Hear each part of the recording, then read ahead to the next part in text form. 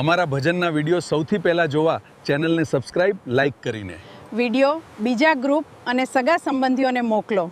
સંત શ્રી બાબુરામ બાપુનો સત્સંગ સાંભળો અને આત્માને ઓળખો ને પરમાત્મામાં ભળી જાઓ. તો બરાબર આપણને એમ કહે કે ભાઈ હું કોણ છું, તો હું કહું હમણાં જ કહું લ્યો કે હું આત્મા છું, પણ આત્મા તો કોઈ બોલે નહીં, એને મોઢું નથી, આંખ હાથ પગ કાંઈ નાક કાંઈ ખાતો નથી, કાંઈ એને કેમ કહેવાય. પણ આ દેહને બાદ કરી 52 અક્ષરનો આ દેહ છે, અને બાદ કરી અને પછી શું વધ્યું, જે તે વધ્યું તે તું છું, એમ તે હું છું. એમ જો એવી દ્રષ્ટિ થાય એની, એનો વિચાર, તો એનું કામ થાય.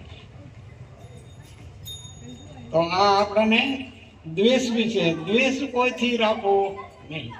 રાગ દેશ કોનો કરવું, કોણ પુરુષ કોણ નાગ, સગળે દેખે બ્રહ્મે વસ્તુ સચરાચર. આપણે સચરાચર બધી વાતો કરી હતી, પણ દ્વેષ હોય તો નહીં. રવિ સાહેબ તો એમ કહે છે કે ભાઈ રાગ દેશ કેનો કરવો, કોણ પુરુષ કોણ નાગ. આ બધા પુરુષ જ છે. જો જ્ઞાન દ્રષ્ટિએ જોઈએ તો બધામાં પુરુષ તો છે જ. તો પછી આ એમ કાંઈ ના હોય. જો સુખી થવું હોય તો દ્વેષ કોઈ પ્રત્યે રાખવો નહીં, અને તો જ આપણે સુખ મળે. આપણે બીજાને સુખ આપીએ તો આપણને સુખ મળે. આપણે કોઈની સેવા કરીએ તો આપણને સેવા મળે.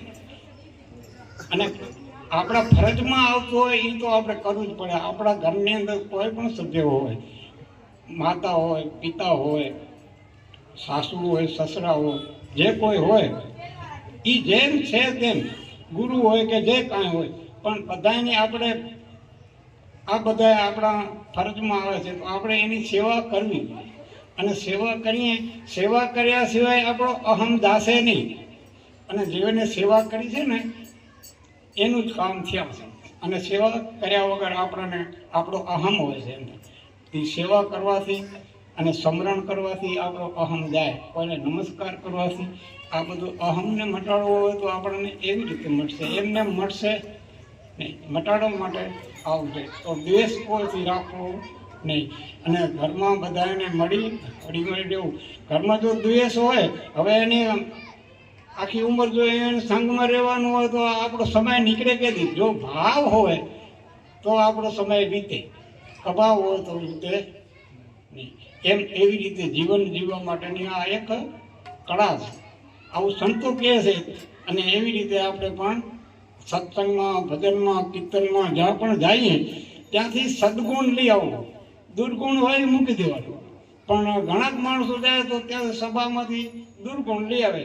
ઉડ્યો તો અવગુણ હોય એ જોઈને પોતે આવી જાય, ઉડ્યો હોઈ જાય, અને આરે રાત બધી જાગે. એનો અવગુણ લઈ આવ્યો એટલે જાગવું પડે ને.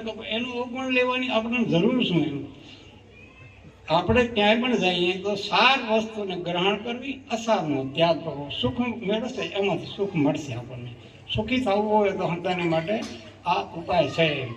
સમજ્યા? આપણે નામની વાતો કરીએ, આ કહીએ, આ બધું બરાબર છે, પણ એ આપણને મળવું આ એક જન્મમાં કોઈને થઈ શકતું નથી. પણ મનુષ્ય જન્મ મળ્યો છે, કોઈને પણ આપણે કાંઈ વિચાર, આપણને જે કાંઈ સમરણ આપ્યું હોય, આપણને જે કાંઈ આપ્યું હોય, જ્ઞાન આપ્યું હોય, અરસપરસ બેહી અને તમે એનો કાંઈ ને કાંઈ વિચાર કરો. અને વિચાર કરીને એકબીજાને અરસપરસ પ્રશ્ન પૂછો. જો તમને સમાધાન પ્રશ્નમાંથી એકબીજાનો અરસપરસ તો એનું સમાધાન થાય. કાંઈ જાણવું હશે તો એમને પોતાની મેળે નહીં જાણે. અમારા ભજનના વિડીયો સૌથી પહેલાં જોવા ચેનલને સબસ્ક્રાઇબ, લાઇક કરીને વિડીયો બીજા ગ્રુપ અને સગા સંબંધીઓને મોકલો.